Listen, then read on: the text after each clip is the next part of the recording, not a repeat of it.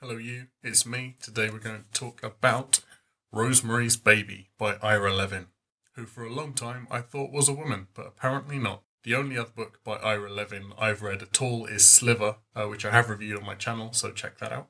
There will be spoilers in this review because it's quite an old book, published originally in 1967. I haven't seen the movie, any of the adaptations of it, so hopefully I won't be influenced by those, but I will be watching at some point to see how they compare to the book. This is probably going to be a pretty short review because it's a pretty short book. In this book, we follow Rosemary Woodhouse and her husband Guy, who've moved to this really expensive, really fancy apartment in New York, which is everything they've dreamed of. It's gorgeous, but with an unsavory past of suicides, murders, cannibalism among the past tenants. Soon after, her husband lands a dream role in a stage production, is over the moon, and after a night of celebration, she has a nightmare of being surrounded by figures conducting a ritual. And over the next few weeks, she discovers that after years of pushing for a baby, she is pregnant. Her elderly neighbours take a really intense interest in her child, in her pregnancy, giving her good luck charms, making her smoothies with weird traditional folk remedy ingredients. They insist that she ditch her doctor and take their recommended doctor, who's one of the top obgyns in New York. She gets sick. She starts to lose weight. She starts to look terrible. All her friends are concerned. She develops weird, unnatural pregnancy cravings. And when she learns more about her neighbours and the history of the building itself, she starts to worry that the thing growing inside her is evil.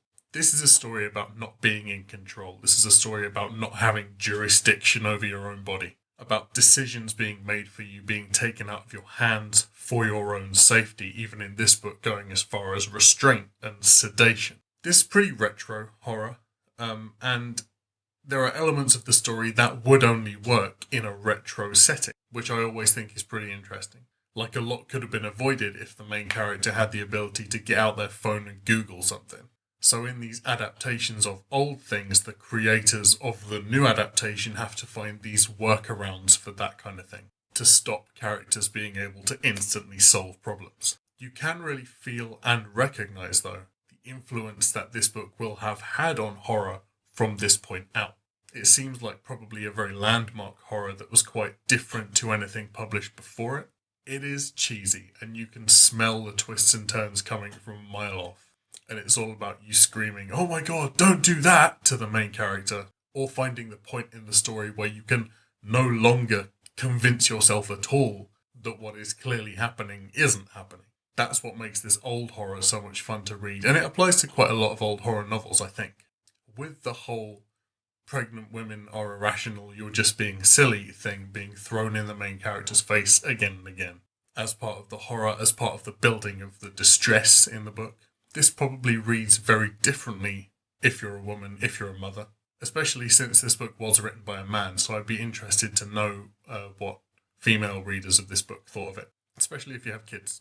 Something I thought that was interesting in this book was the mention of terrace root, a fictional herb. Without this herb, if it wasn't in the story at all, it would have been very easy to argue that this is just a thriller story about paranoia and hysteria, as bad as that word is. And the introduction of that tiny thing moved it from a thriller to a paranormal horror. The inclusion of a herb also made me wonder whether the name Rosemary had any significance to the plot, so I did look it up. Turns out that in the countries it grows naturally, it's considered to signify remembrance. I don't know how relevant that is to anything, but I really like herb lore. The ending of this book was a very odd one, and it did almost feel like a happy ending, because the theme of the ending is, regardless of how bonkers the situation is, the main character taking back some aspect of control. And I didn't think that the book would have a happy ending at all. I'm going to give this one 3 stars. It was cheesy, it was fun, even though the main character's reactions to stuff were sometimes a bit unrealistic, and the whole wifey obedience to a husband thing was a bit cringy at times. It was still better than Sliver. So thanks very much for watching. Make sure you join our sci-fi book club on Discord. If that's your jam, I'll link it down below. I'll also link my Twitter down below. Follow me on there. And my Goodreads, I'll link down below as well. Everything will be marked on the time bar. Thanks for watching, and I'll see you soon for the next review. Oh, don't forget to like and subscribe as well. Bye.